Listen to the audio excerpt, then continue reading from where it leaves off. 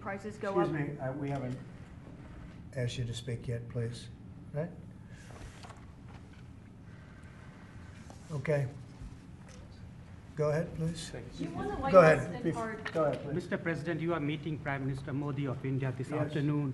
What kind of trade and tariff relations would you like to have with India, and what's the vision for India-US? Yeah, India traditionally is the highest, just about the highest tariffed country. They charge more tariffs than any other country. And, I mean, we'll be talking about that. But, again, whatever they charge us, we're charging them. So it works out very well.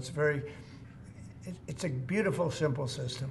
And we don't have to worry about, gee, we're charging too much or too little.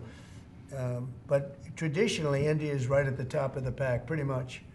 There are a couple of smaller countries that are actually more. But India is a they charge tremendous tariffs. I remember when Harley-Davidson couldn't sell their motorbikes into India because of the fact that India, the tax was so high, the tariff was so high. And Harley was forced to build, I guess they built, I don't know, that was a while ago, but I think they built a factory in India in order to avoid paying the tariffs. And that's what people can do with us. They can build a factory here, a plant or whatever it may be here, and that includes the medical, that includes cars, that includes chips and semiconductors, that includes everything. If you build here, you have no tariffs whatsoever. And I think that's what's going to happen. I think our country is going to be flooded with jobs. What should consumers expect? Are prices going to go up short-term, Well, long-term? not necessarily. I mean, not necessarily, but I'll tell you what will go up is jobs. The jobs will go up tremendously. We're going to have great jobs for everybody. This is something that should have been done many years ago. China did it. I mean, China did it at a level that probably nobody's ever seen before. If you manufactured a car, you couldn't send it into China. The tariff was so high, so everybody went and they built in China. It was no big secret. So we're going to see, but it's going to mean tremendous amounts of jobs. And ultimately, prices will stay the same, go down. But we're going to have a very dynamic country. But if prices go up, Mr. President, because of these tariffs, who do you think voters should hold responsible? Oh, I think what's going to go up is jobs are going to go up. And prices could go up somewhat short term, but prices will also go down. And I think the farmers are going to be helped by this very much because product is being dumped into our country and our farmers are getting hurt very badly by the last administration. The last administration hated our farmers, like at a level that I've never seen before. I think our farmers are going to be helped. Jobs are going to be helped, but our farmers are going to be helped. Our manufacturers are going to be helped.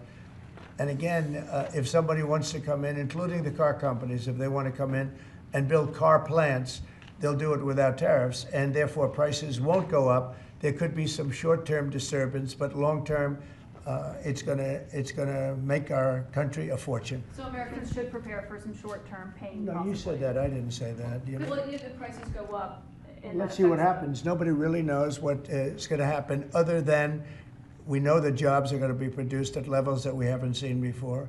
We know that we think interest rates are going to ultimately be coming down because of things that happen, and they go hand in hand with the tariffs. But we think that the prices for some things, many things, it could be all things, will go down. Ultimately, will go down. Mr. President, can you explain the timeline here, sir? There's a period of time for a review, a report, 180 days. Sure. What's the earliest date that you think tariffs will actually be implemented and executed? Well, I would say, maybe I'll ask Howard to answer that because he's going to be the one that's implementing. What do you think? Our studies should be all complete by April 1st. So we'll hand the president the opportunity to start on April 2nd if he wants. So I think we'll be ready to go on April 1st, and we'll hand it to the president, and he'll make his decisions. But remember, if they drop their tariffs, prices for Americans are coming down. Our production's going up, and our costs are going down. Remember, it's a two-way street. That's why it's called reciprocal. Have you spoken to any American CEOs directly about this? Are they calling you and asking for I've spoken to many, and many love it. And they say this is going to be the thing that makes our country really prosperous again. And this is going to be what pays down to $36 trillion in debt and all the other things. And this is going to be This is an amazing day. I think this is going to be a very big day and in a very positive way for our country. Yes, please. Mr. President, you've talked about the VAT and the EU before and your concerns with how the EU treats you. Do you have a number in mind on the European Union? Do you have an idea of where that number is going to land? Well, what they are now is they have a 20% VAT tax, which we're considering to be similar or the same as the tariff. Plus, they charge lots of fees. And, you know, they're doing something else. European Union's been very tough on our companies. They sued Apple, they sued Google, they sued Facebook, they sued many other companies, and they're American companies, and the kind of numbers are staggering. And the court system over there is not very good to our companies. If you know that Apple had to pay, I think, $16 billion in a penalty, a court case that was really shocking because most people thought they would have won that court case, people that watched it. So they've been very tough. Airlines have called me up and they said, could you help us with Europe because they're charging us so many different fees. I got a call from the head of American, United, and other airlines saying, every time we land a plane, we get just absolutely killed by the European Union. And so they haven't been treated as good. You know, we think the European Union is wonderful. We all love Europe, love the countries in Europe, but European Union has been absolutely brutal on trade. Canada's been very bad to us on trade, but now Canada's going to have to start paying up. And Canada's been tough on the military because they have a very low military cost. They think we're going to, you know, protect them with our military, which is unfair. So Canada's going to be a very interesting situation because, you know, we just don't need their product. And yet they survive off the fact that we do 95% of what they do. And Canada is just absolutely, I say it, and sometimes people smile and sometimes they say, great idea, but Canada, their taxes would come down greatly, their security would go up greatly. Amazing things happen to Canada, and really Canada in this particular, why would we pay $200 billion a year in subsidies to Canada when they're not a state? You do that for a state, but you don't do that for somebody else's country. So I think Canada is going to be a very serious contender to be our 51st state. Negotiations going with Canada. There was obviously a delay in implementing those tariffs. I spoke to Governor Trudeau on numerous occasions, and we'll see what happens. But it just sets up so good for them. Look, the people would pay much less tax than they're paying right now. They'd have perfect military protection. They don't have any military protection because and you take a look at what's going on out there. You have Russian ships, you have China ships, you have Chinese ships, you have a lot of ships out there, and you know, people are in danger. This is a different world today. It's a different world. They need our protection. Yes. You just mentioned Elon Musk and the efforts that he's undertaking with your authority. You granted him new authority this week. Will he secure any new government contracts while he is working on DOGE? No, not if there's a conflict. If there's no conflict, I guess what difference does it make? But we won't let him do anything having to do with the conflict. Are you personally checking to make sure there's no conflicts of interest? Yeah, I am. He answers to you. Sure, he does. First of all, he wouldn't do it, and second of all, we're not going to let him do anything where there's a conflict of interest. Mr. President, your negotiations with the EU are you know, there's discussions ongoing already. How quickly do you expect that you'll hear back from them about any of these other measures? I can't tell you, yeah. The EU's been very nasty. It's just been, they haven't treated us properly. Look, we were great to them on NATO. Essentially, it's a similar group of countries.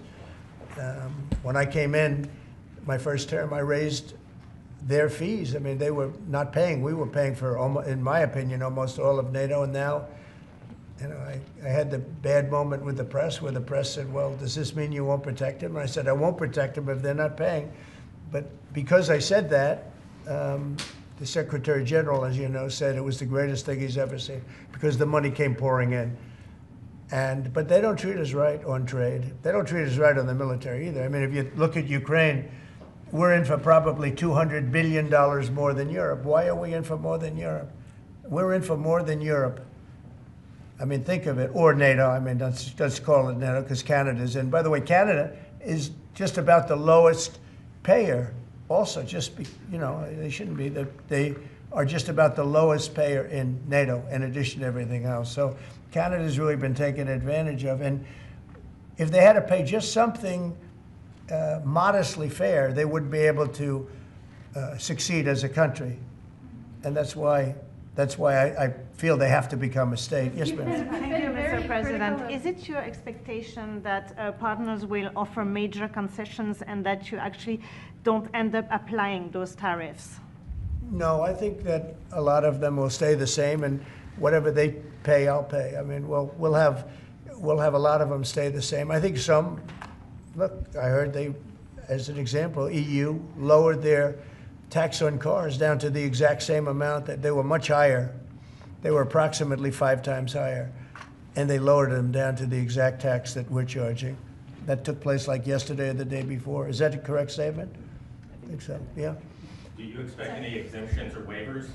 I don't expect that, no. This is a simple system. I mean, there wouldn't be any. And in the case of Apple, I gave them a waiver, an exemption in my first term because Samsung was in South Korea. And Samsung didn't have to pay the tax because it was a tax on China. And Apple makes a lot of their product in China. So I did that because it wouldn't have been fair. But now this applies to everybody across the board. This is a much simpler way of doing it, much better way. Did you, you had that major call yesterday with President Putin of Russia. President Zelensky responded today basically saying any agreements they won't accept unless they're made with Ukraine. Will Ukraine have a seat at that table for those negotiations? Of course they would. I mean, they're part of it. We would have Ukraine, we'd have Russia, and we'll have other people involved too. A lot of people, a lot of forks in the a lot of forks in this game. I'll tell you what, this is a very interesting situation, but the Ukraine war has to end. The young people are being killed at levels that nobody's seen since World War II, and it's a ridiculous war, and it has to end. We had a good talk with President Putin. I had a good talk with President Zelensky, very good talk. And somebody said, oh, I should have called Zelensky first. I don't think so. I mean, we have to find out whether or not Russia wants to make a deal. I know that Zelensky wants to make a deal, because he told me that. But I now know that Russia wants to make a deal. Did you ask Secretary Hegseth to walk back his comments yesterday saying Ukraine won't join NATO and won't go back to pre-2014 borders because those are bargaining chips you could use? No, I didn't. Somebody told me to, but I thought his comments were good yesterday, and they're probably good today. They're a little bit softer, perhaps, but I thought his comments from yesterday. I thought his comments yesterday were pretty accurate. I don't see any way that a country in Russia's position could allow them, just in their position, could allow them to join NATO. I don't see that happening. And long before President Putin, Russia was very strong on the fact that, I believe that's the reason the war started, because Biden went out and said that they could join NATO, and he shouldn't have said that. As soon as he said that, I said, you know what? You're going to have a war now, and I was right about that. This is a war that would have never happened if I were president. But you don't think it's President Biden's fault, not President Putin? I mean, he's the one. I think Biden is incompetent, and I think when he said that they could join NATO, I thought that was a very stupid thing to say. I thought when he said, well, it depends if it's a minor incursion. In other words, it's okay if Russia does a minor incursion. I thought that was a very foolish thing to say. The other thing that got it started was how badly Milley and these stupid people, these bad generals, how badly they did with Afghanistan. I was going to pull out, but we were pulling out with dignity and strength, and we were going to take our equipment with us and everything else. They are, I mean, what they're doing is, what they did with that, I think Putin looked at that mess and he said, wow, this is a great time, I'm going to go in. But what the Americans said, I'm not blaming Americans, but I will say what they said had a big influence on his deciding to go in. Yeah. When Elon Musk met with Prime Minister Modi earlier today, did he do so as an American CEO, or did he do so as a representative of the U.S. government? Are you talking about me? No, Elon Musk. Elon, I don't know. They met, and I assume he wants to do business in India. But India is a very hard place to do business in because of the tariffs. They have the highest tariffs just about in the world, and it's a hard place to do business. No, I would imagine he met possibly because, you know, he's running a company. He's doing this as a as something that he's felt strongly about for a long time, because he sees what's happening, and he sees how the country is really being hurt badly by all of the fraud, waste, and abuse. Yeah. So how does Modi know whether he's meeting with the CEO or meeting with a representative of your government? Well, he's meeting with me in a little while, so I'm going to ask him that question. All right? I'll ask him that question. Yeah. On auto tariffs, what should we expect, sir? You mentioned obviously steel and aluminum and pharmaceuticals. What are you thinking about auto tariffs? We haven't talked about that much. I think autos are coming soon. I think they're all coming more or less at the same time. And it's not going to be a big shock to the system. But what it's going to do is it's going to bring pharmaceuticals back to our country. Much more important than the money. It's a lot of money, but it's going to bring pharmaceuticals back to our country. It's going to bring chips back to our country. It's going to bring automobile. We're going to do a lot more automobile manufacturing in our country. You know, when I did this, when I announced this during the campaign, they were going to build the largest car plant in the world in Mexico. It was almost under construction. It was just starting. And when they heard me make that statement, and they thought I was going to win the election, actually, it was a few months before the election itself, China was building the car plant. It was going to be the largest in the world. They immediately stopped construction. You can see the foundations there. They immediately stopped. When they heard I was doing this, that would have destroyed Detroit. It would have destroyed Michigan. This plant would have taken up more than almost the whole state built. And it would have been very destructive. When they heard me speak, and they said, wow, if he gets in, we're gonna lose our shirt. So they stopped building. That's the impact that tariffs have. Again, you know, I say it, and I say it loudly. It's the most beautiful word, but now I say religion, love, and a couple of other things are more beautiful, because I got in a lot of problem with the fake news when they said, oh, other things are more important. God is more important, but these are the words. But I would say it's number 4 or 5. To me, it's the most beautiful. And I'll tell you what, I think really reciprocal tariffs, those 2 words, reciprocal makes tariffs really fair. Honestly, there'd be no exemptions, right? It would be all auto imports? Any exemptions, no, because you don't need to. With reciprocal, you don't need to. Mr. President, Gavin Klager just arrived at the IRS. Fox Radio. Do you have an update on the TikTok negotiations? Yeah, we have a lot of people. Timeline's running out, isn't it? Well, I have 90 days from about 2 weeks ago, right? And I'm sure it can be extended, but let's see. I don't think you'll need to. We have a lot of people interested in TikTok, and I hope to be able to make a deal. I think it would be good. You know, people have learned it's very popular, and we'll have to probably get approval from China to do it. But we have a lot of people that are interested, and a lot of people, I think China will be interested because it's to their benefit too. So I look forward to that. But we have a lot of people that are interested in TikTok, quite a few. Mr. President, DOGE workers arrived today, Gavin Klager and others arrived today at the IRS. Do you expect to close the IRS, or what are you expecting? No, I don't expect it, but Someday. I think that the Internal Revenue Service will be looked at like everybody else. Just about everybody's going to be looked at. So it's they're doing a hell of a job. It's an amazing job they're doing. And you know, that force is building. I call it the force of super geniuses, but it's building. And you know, they go up and they talk to some of the people about certain deals, and the people get all tongue-tied. They can't talk because these people get it. They're very smart people. We need smart people. Yes, Brian? On tariffs, sir. Yeah, Brian?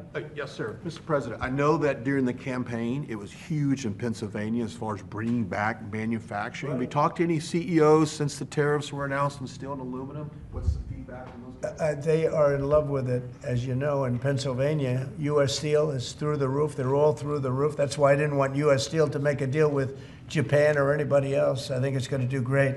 But I think maybe more than anybody else, the steel companies and aluminum companies, they're in love with what's happened. And this will eventually be the car companies and chip companies. We have to have chips made in this country. Right now, everything's made in Taiwan practically, almost all of it, a little bit in South Korea.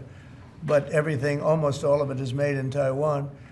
And we want it to be made. We want those companies to come to our country, in all due respect. You know, they took the business away. Taiwan took our chip business away. We had Intel, we had these great companies that did so well, and it was taken from us, and we want that business back. We want it back in the United States. And if they don't bring it back, we're not going to be very happy. You Sir, on mentioned tariffs, are you- pharmaceuticals as well in China. That's national security to bring And that other back. places. Yeah, China and other places. We want to get the pharmaceutical and drug business back into the United States, where it should be, right?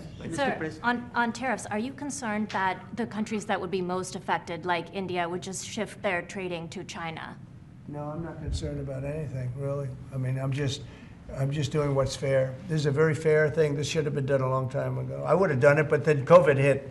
I was getting ready to do this years ago, and first term we had the most successful economy in history, and then COVID hit, and this was going to be the thing that I was most waiting to do, but it was awfully hard to do this with Italy and France and Spain, and all those people were dying, and then we put tariffs on. I have a big heart. Sir, on Ukraine, when Putin says that he really wants peace, do you believe him? Yeah, I do. I believe he wants peace. I believe that President Putin, when I spoke to him yesterday, I mean, I know him very well. Yeah, I think he wants peace. I think he would tell me if he didn't. I'd like to see peace. Do you trust President Putin? I believe that, I believe that he would like to see something happen. I trust him on this subject. I think he'd like to see something happen. I think it could have happened a long time ago. I think Biden, number one, it shouldn't have started, but it did. And now all those cities are knocked down, like demolition sites.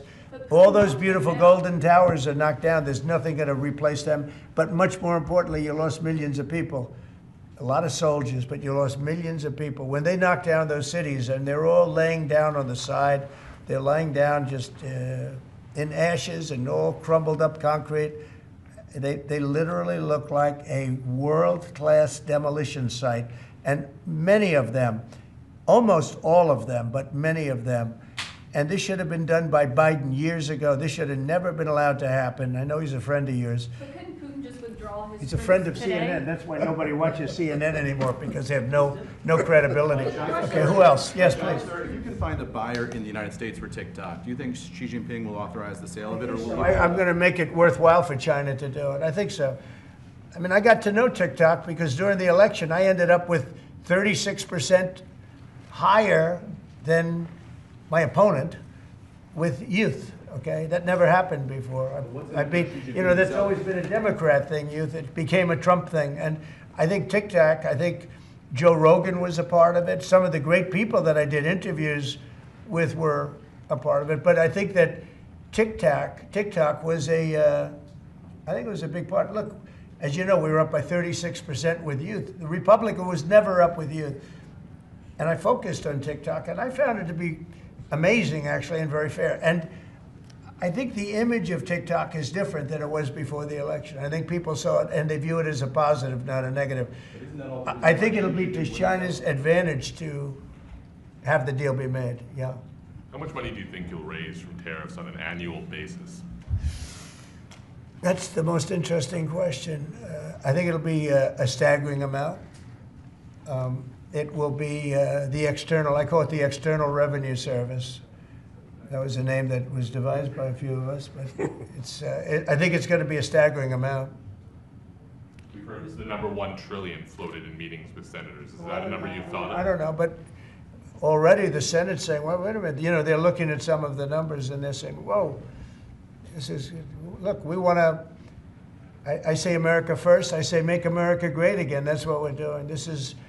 I think it's the most important thing I've signed. I've signed some very important things. Right to try was so important. I mean, a lot of important things. Space Force, the biggest tax cuts in history. This could be one of the most important things that we've ever signed. Do you expect the Russians and President Putin to attend the summit in Saudi Arabia? Eventually, yeah. Not quite yet. It's a little early. They're having a meeting in Munich tomorrow. Russia is going to be there with our people. Ukraine is also invited, by the way. Not sure exactly who's going to be there from any country, but high-level people from Russia, from Ukraine, and from the United States. Do you want to have Russia back to the G7, sir? I'd love to have them back. I think it was a mistake to throw them out. Look, it's not a question of liking Russia or not liking Russia. It was the G8, and I said, what are you doing? You guys, all you talk about is Russia, and they should be sitting at the table. I think Putin would love to be back. Obama and a couple of other people made a mistake and they got Russia out. It's very possible that if that was the G8, you wouldn't have had the problem with Ukraine. And if I was president, you definitely wouldn't have had the problem with Ukraine. Russia would have never attacked Ukraine. But you ask a very good question, the G8. It used to be the G8, and then these people threw them out. And I was arguing with Trudeau and with numerous of the people. Actually, Prime Minister Abe, a great man from Japan, agreed with me 100%, and some of the others did too. But I got there, it was the G7, as you know. They had already been terminated. I think it would have been very helpful, and it still would be helpful to have Russia be a part of that mix. And I think if they were, I don't think you would have had the problem that you have right now. Russia is part of the G20. They kicked them out, of course, because they illegally annexed Crimea. I mean, how would you have responded if Russia invaded or took over? They took Crimea during Obama. 2014. They took, well, now they're looking to take the whole thing. Then they took a big chunk of land and people, as you know, during Bush. And now they're trying to take the whole thing during Biden. You know, the only one that didn't give them anything is Trump. They never took anything with Trump, nothing, not 2 inches of property of land. But Crimea was Obama. And then Bush gave them a lot, if you remember. And then, in fact, it's a sort of a standard little phrase. And Biden's giving them everything because this is a war that shouldn't have been had. And the only one that didn't give them anything is Trump. It's just the way it is. What's your message from Wall Street about these tariffs? So there's been some nervousness on Wall Street about the impact. So. I mean, there hasn't been very much, and I think it's going to make the United States stronger, and in many ways it could make other countries stronger too. You know, other countries want to have a strong United States. They want to have a strong America, and I think it's going to make us very, very strong, much stronger. And we have a lot of work we're doing on the military. Our military already, I've authorized some contracts to be built that are very substantial. We're building the greatest equipment in the world. We have the greatest military equipment in the world. We're building it. At some point, when things settle down, I'm going to meet with China, and I'm going to meet with Russia in particular, those two, and I'm going to say there's no reason for us to be spending almost $1 trillion on military. There's no reason for you to be spending $400 billion. China's going to be at 400 billion. We're at $1 trillion. We're going to be at close to $1 trillion. And I'm going to say, we can settle this on, we can spend this on other things. We don't have to spend this on military because, and I'm going to be meeting with China. You know, we were trying to de-escalate nuclear, and I was in a position where Russia had agreed and China had agreed we were going to start, and then we had a rigged election, so that never took place. But this one was too big to rig. We won by so much that it was too big to rig. You want to do the China meeting in the United States, or would you travel to China for that? For what? The China meeting. I tell people all the time, you know, the question is who's going to have the first meeting, where are you going to, I say this to Putin, to President Xi, I say to everybody, never bothered me, you know, I'm willing to say I'll go first. It doesn't matter. It's the end result that counts. So it doesn't make any difference. When do you want to have a conversation about global defense spending, you, China, Well, Russia? I'd like to have that. As soon as things settle down, I'm going to have that conference, primarily with China and Russia, because those are the two that really are out there. And we're going to have them spend a lot less money, and we're going to spend a lot less money. And I know they're going to do it. They agreed to it. We were talking about denuking, denuking, and President Putin and I agreed that we were going to do it in a very big way.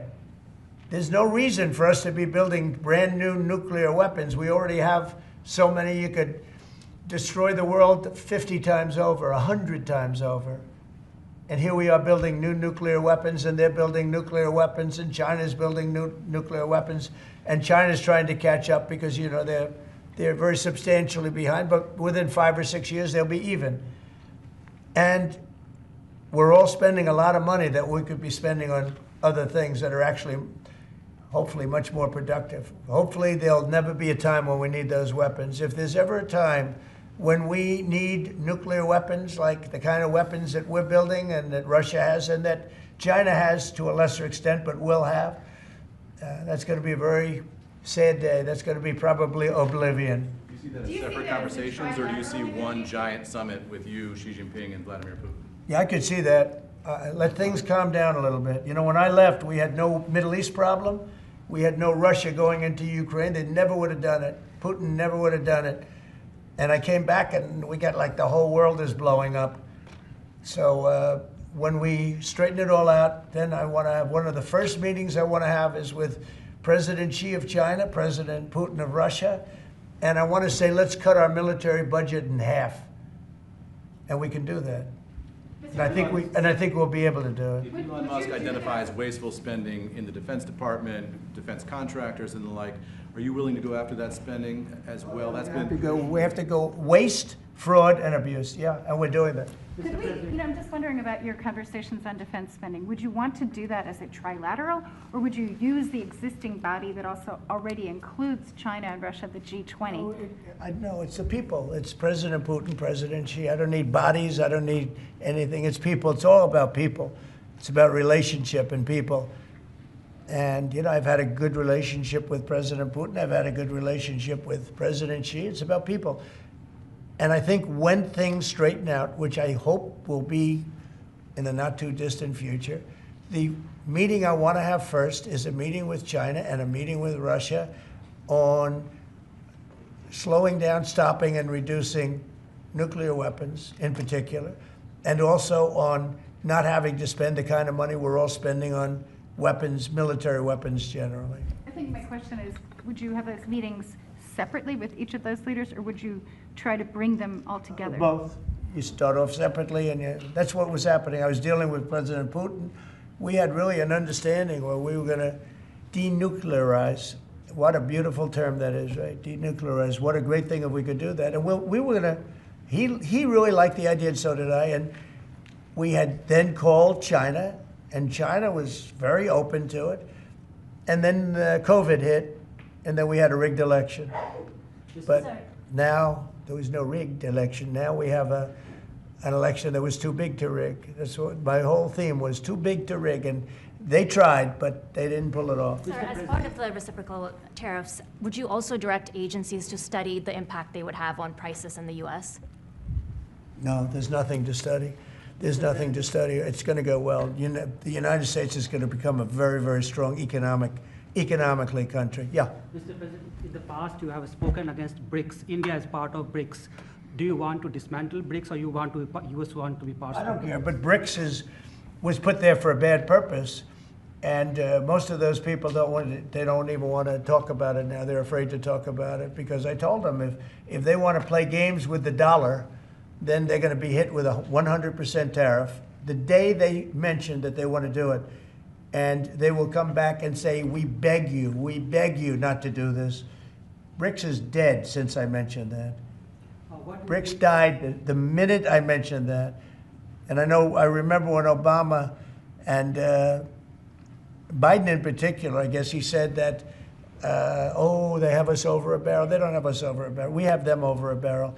If BRICS wants to play games, those countries won't trade with us. We won't trade with them. And if any trading gets through, it'll be 100% tariff at least. On your What cabinet, would be You know what? When they hear that, what do you think they're going to do? They're going to say, look what happened to BRICS. They didn't want to talk about it. They don't even want to admit that they were a member of BRICS. That's what's happened. On your cabinet, sir, we saw Robert F. Kennedy Jr. get confirmed. He's going to come in here and be sworn in. Mitch McConnell has now voted against several of your nominees. He voted against RFK Jr. as the next health secretary, citing conspiracy theories. What's your reaction to that? Well, I feel sorry for Mitch. And I was one of the people that led. He wanted to go to the end and he wanted to stay leader. He's not equipped mentally. He wasn't equipped 10 years ago mentally, in my opinion. He'd let the Republican Party go to hell. If I didn't come along, the Republican Party wouldn't even exist right now. Mitch McConnell never really had it. He had an ability to raise money because of his position as leader, which anybody could do. You could do it even, and that's saying a lot. But the fact is that he raised money and he gave a lot of money to senators, and so he had a little loyalty based on the fact that as leader you could raise a lot of money. Senators would call me and they say, he wants to give me 20, 25 million, can I take it? I'd say, take the money, take the money. But he engendered a certain amount of, I don't even call it loyalty. He was able to get votes. But I was the one that got him to drop out of the leadership position, so he can't love me. But he's not voting against Bobby. He's voting against me, but that's all right. He endorsed me. You know, do you know that Mitch endorsed me, right? Well, he did You have think that polio, was easy? and What? He had polio, obviously, and his. I don't know. I don't know anything about he had polio. He had polio. Are you doubting that he had polio? I have no idea if he had polio. All I can tell you about him is that he shouldn't have been leader. He knows that. He voted against Bobby. He votes against almost everything now. He's a very bitter guy, and we have a very strong party, and he's almost not even really a very powerful member. I'd say he's not a. He's lost his power, and it's affected his vote. And it's one of those things. But in the meantime, Bobby did great. Got more votes than anybody thought, and I think he's going to do phenomenally, just phenomenally in that position. And everybody else likewise did well. Not only well, they got more votes than anybody thought. Tulsi, look at how she did. She did great.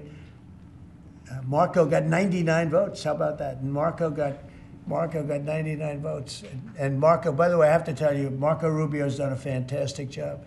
He's been a great Secretary of State. They're all doing great. But we're going to have a swearing in today, and maybe we're going to have a second one, because I hear we have a couple of them coming up. And the man behind me is doing a fantastic job, Secretary of Commerce. And I think you're going to see something very big come from today's signing. This is going to be a very important signing. Okay? On U.S. Steel, sir, can I ask very quickly? You said you'd meet with the head of that company and the Japanese company. U.S. Steel is going to be here, and a lot of the steel companies are coming. I think steel companies, they love what's happening to them. We saved it. If I didn't do the tariffs from my first term, you wouldn't have one steel company here. You wouldn't have one steel. There wouldn't be a steel company alive in the United States. And right now, they're going to be thriving. They're doing very well, but they're going to be thriving. They're going to be coming out. People are going to want to buy those steel companies like crazy. Are you still planning to mediate talks between Nippon Steel and U.S. Steel? Yeah, I don't know. I think U.S. Steel right now has all the power. The tariffs have given U.S. Steel a new lease on life. Okay? Thank you all very much. Thank you. Thank you. Thank you. Let's go. Let's go, guys. Thank you, Press.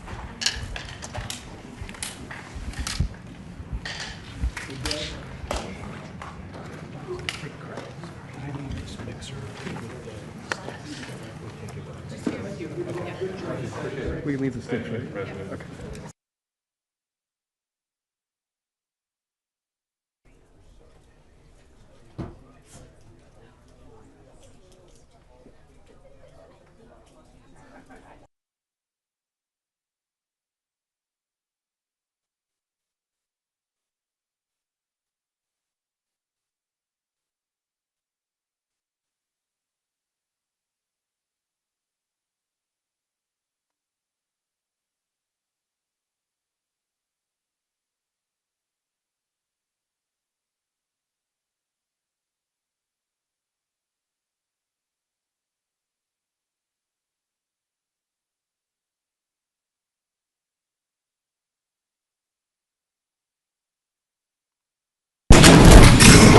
You guys all set?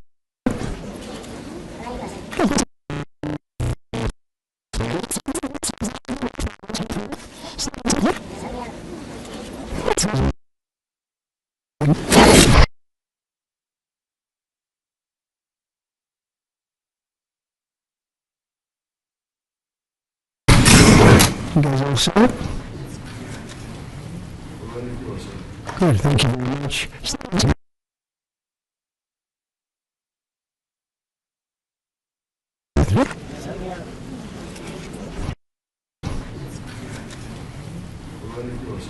Good, thank you very much.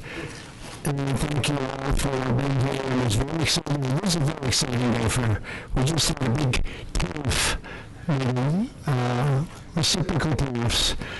Should have been done 40 years ago, it wasn't, but it is now. It's a big moment actually.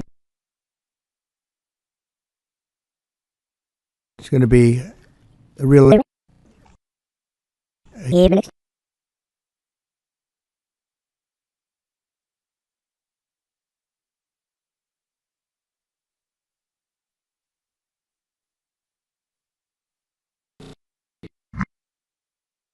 to be protected. And whether you're in a blue state or red state, I'm going to do everything I can to work with you, whether you're Democrat or Republican, to restore child's health in this country. Great job. Great job. Thank you all very much.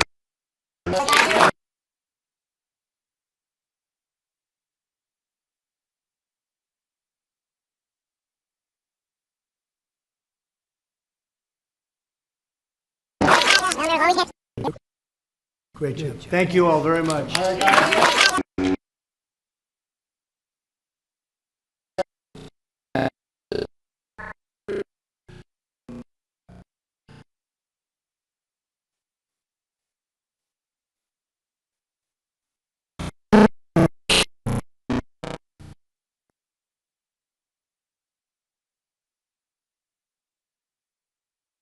It's going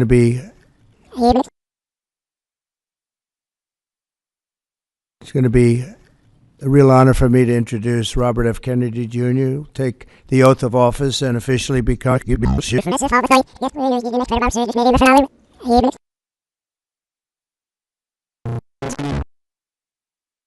ago it wasn't, but it is now. It's a big moment to make sure.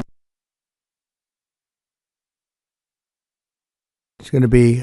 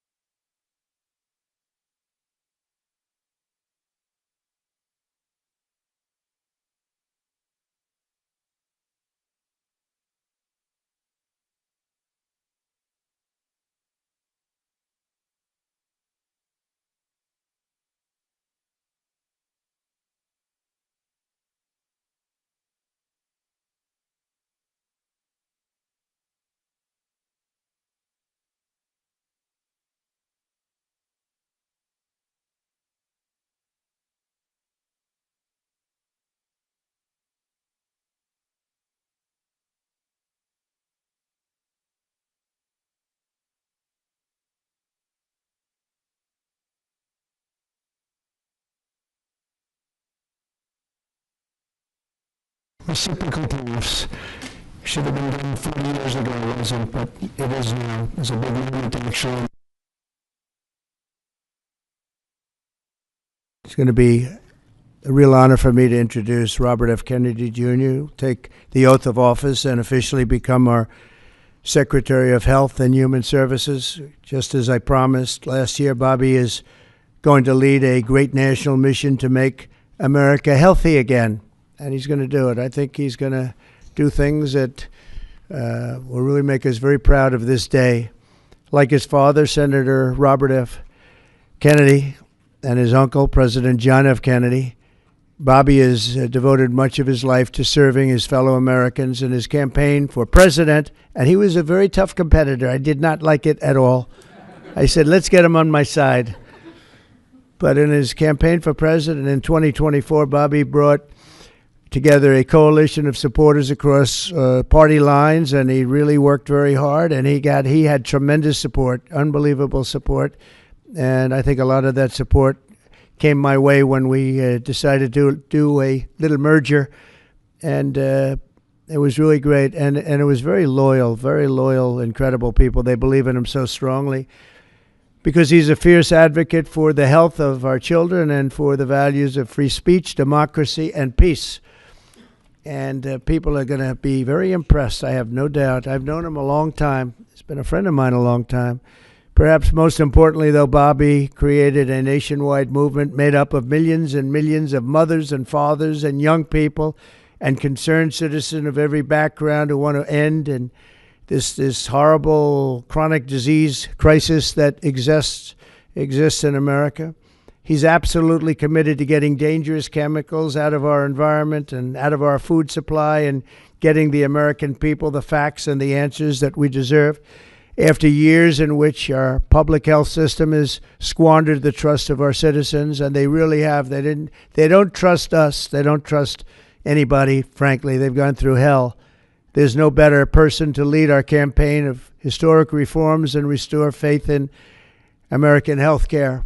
And Bobby's going to do it. The United States spends more money in health than any other country on earth, but we're growing sicker every year. We're not as healthy as countries that spend just a fraction of what we spend, so there's something wrong. He's going to figure it out. In recent decades, we've seen staggering increases in cancer rates across all age demographics, including more than 40% increase in childhood cancer since 1975. Who can believe that?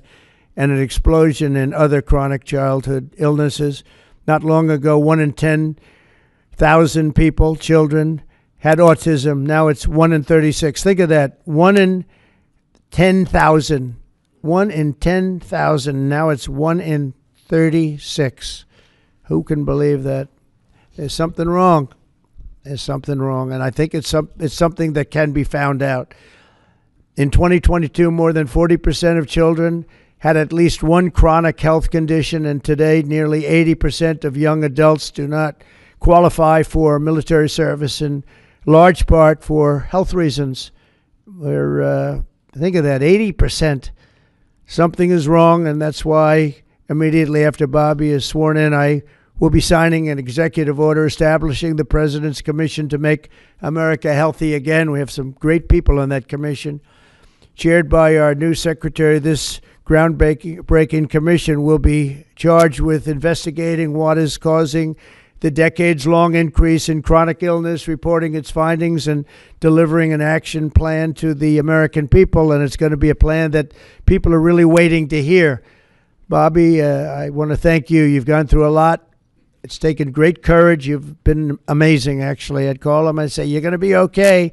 And he said, I know, I really do. He's really been supported amazingly by Cheryl and his family.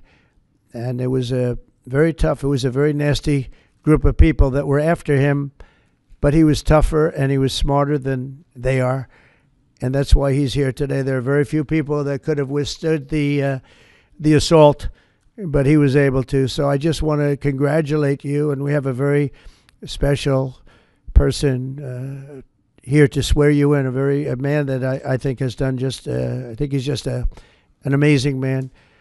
As you know, his name happens to be Gorsuch, and he's a member of the Supreme Court in extremely good standing.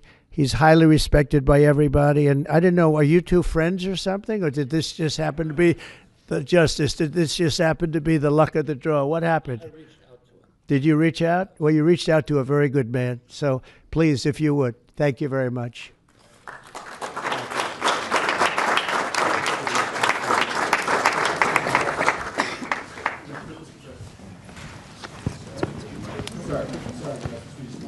This has to be done first. I'll do this first. Sorry. I'm going to make this a good one, right?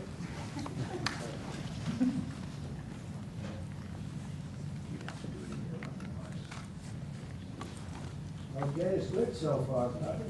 Good. It's a 10.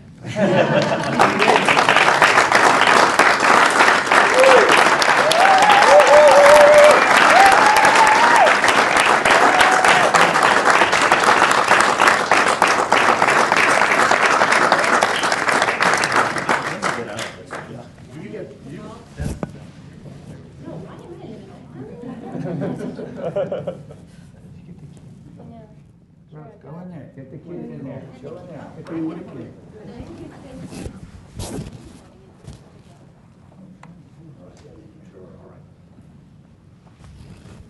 Over here, please.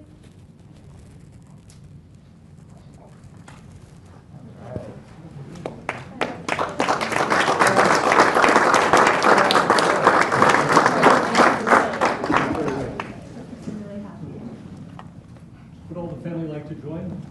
Yeah, sure. All right. Please place your left hand on the Bible and raise your right. I, Robert F. Kennedy Jr. I, Robert F. Kennedy Jr. Do solemnly swear do solemnly swear that I will support and defend that I will support and defend the Constitution of the United States the Constitution of the United States against all enemies, against all enemies, foreign and domestic, that I will bear true faith and allegiance to the same, that I will bear true faith and allegiance to the same, that I take this obligation freely, that I take this obligation freely without any mental reservation or purpose of evasion, and that I will well and faithfully discharge the duties of the office on which I am about to enter. So help me God. Congratulations, Mr. Secretary.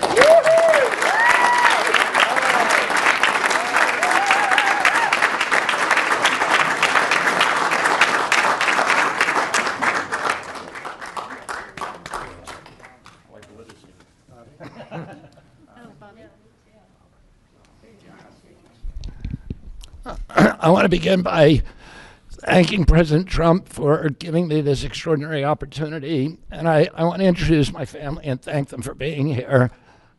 My wife Cheryl, my cousin Anthony Shriver, my daughter Kik, my other daughter Kira, Catalina Shriver, Joey Shriver, Jackson Hines, and Amaryllis Kennedy. And I want to thank all of you for your support and throughout this whole 2.5-year journey. My first time in this Oval Office was in 1961, and I came here to meet or 1962. I came here and I had a meeting with my uncle, who was president then, where we talked about the environment. He was involved deeply, as we all know, in restoring physical fitness in this country. He challenged at one point during his administration, he challenged Americans to do a 50-mile walk, which I ultimately did. But I remember the day that my father completed his walk. We were staying up at Camp David. And my father came in after 18 hours walking on the C&O towpath with his feet bleeding and blisters on them. My father had one of his best friends was Al Lowenstein. And Al Lowenstein ultimately was a congressman from New York who was assassinated himself in 1980. But Al Lowenstein had started the Dump Johnson movement to get rid of President Johnson and end the Vietnam War. And at the time that he started it, people just thought it was a fool's errand. And ultimately, he asked my father to run for president against Johnson. My father wouldn't do it at that time, and he asked Gene McCarthy. McCarthy did it, and he joined that campaign. And my father ultimately ran, and Johnson then dropped out. So Al Lowenstein succeeded.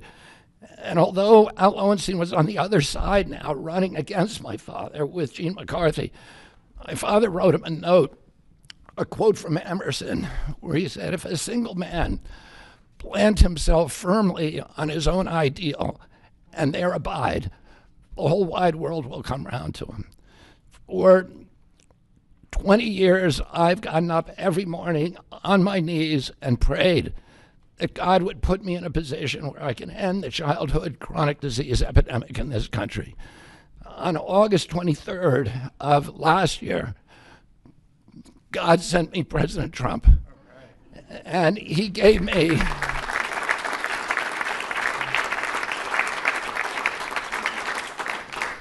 he's now given me, he's kept every promise that he's made to me. He's kept his word in every account and gone way beyond it. I'm so grateful to you, Mr. President. A lot of people told me that I couldn't trust President Trump, that I better get it in writing. And we did a handshake, and everything that he told me he was going to do, he has done. And I'm so grateful to him, and I've told you before, I genuinely believe that you are a pivotal historical figure, that you are going to transform this country at a time when we see all of the indicia of democracy now in tatters in our country. We see the rise of the military-industrial complex, the rise of totalitarianism, these attacks on our Constitution, and this breathtaking epidemic that is disabling our people. President Trump has promised to restore the American dream in this country. A healthy person has 1,000 dreams. A sick person only has one. 60% of our population has only one dream, that they get better. President Trump has promised that he's going to restore America's strength.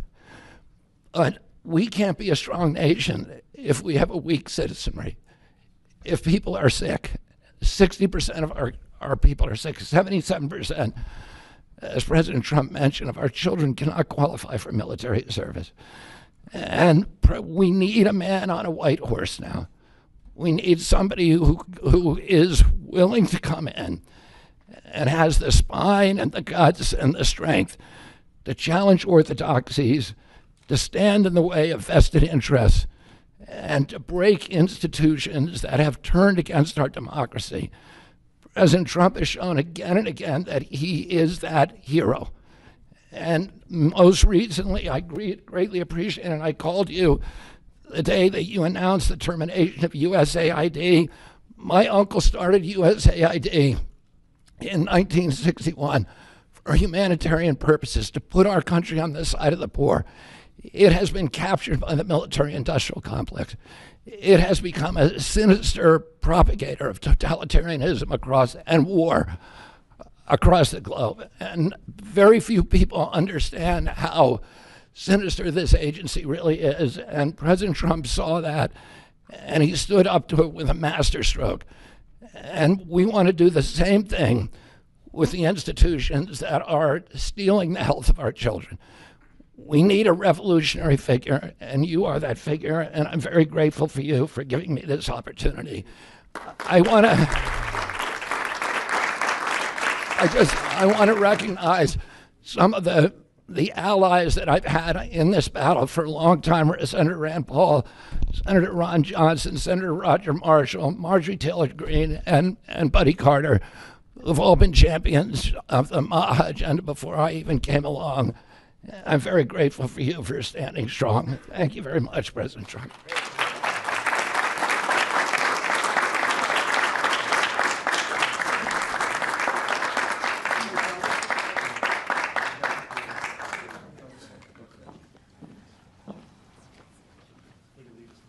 Mr. Secretary, if I could ask, what plans do you have immediately at HHS now that you're sworn in, sir? He's going to be running it. He's going to do a great job. What would you like That's to see my to do plan. first, Well, Mr. he's going President? to find out a lot of secrets that have been maybe kept from us, but he's going to come up with some solutions to some big problems, health problems. And I think he's going to go down in the record books. I really have confidence. This group has great, even Rand has confidence, and that doesn't happen often.